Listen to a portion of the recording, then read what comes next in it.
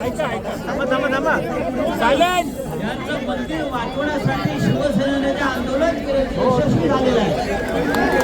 धन्यवाद साहेब. शिवसेना पक्षप्रमुख माननीय उद्धव ठाकरे आपले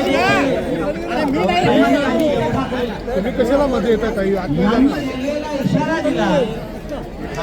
हे 100 वर्षाचं जुनं हमालाने बांधलेलं आमचं मंदिर याला हात लावायचं याला. आज शनिवार आहे, आज शनिवार आहे, आज हनुमानाचा दिवस आहे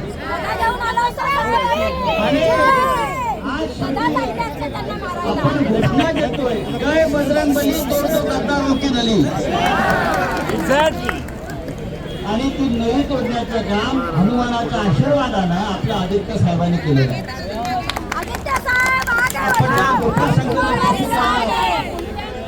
मगाशी एवढा नागडा माणूस येथे येऊन गेला, त्याला का हनुमान पावला आणि हनुमान म्हटला घेत आहोत. आपले सगळे शिवसैनिक बाहेर उभे होते बरं का.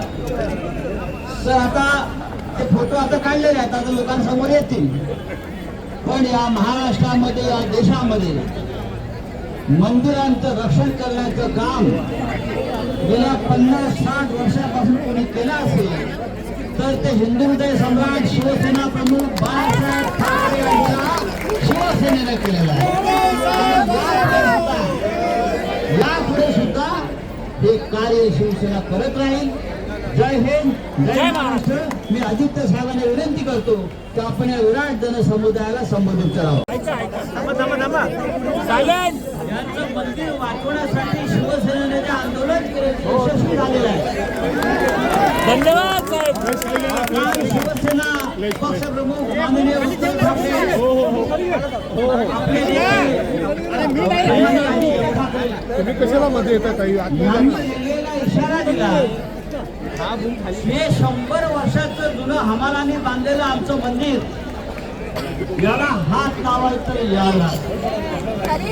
आज शनिवार आहे, आज शनिवार आहे, आज हनुमानाचा दिवस आहे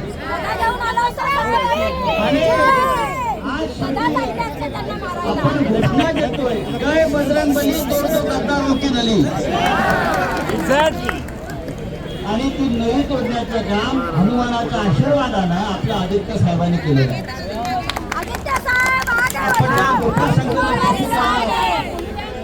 मगाशी एवढा नागडा माणूस येथे येऊन गेला, त्याला का हनुमान पावला आणि हनुमान म्हटला घेत आहोत. आपले सगळे शिवसैनिक बाहेर उभे होते बरं का. सर आता ते फोटो आता काढलेले आहेत, आता लोकांसमोर येतील. पण या महाराष्ट्रामध्ये या देशामध्ये मंदिरांचं रक्षण करण्याचं काम गेल्या 50-60 वर्षापासून कोणी केलं असेल तर ते हिंदू हृदय सम्राट शिवसेना प्रमुख बाळासाहेब ठाकरे यांच्या शिवसेनेने केलेलं आहे. यापुढे सुद्धा हे कार्य शिवसेना करत राहील. जय हिंद, जय महाराष्ट्र. मी आदित्य साहेबांना विनंती करतो की आपण या विराट जनसमुदायाला संबोधित करावं.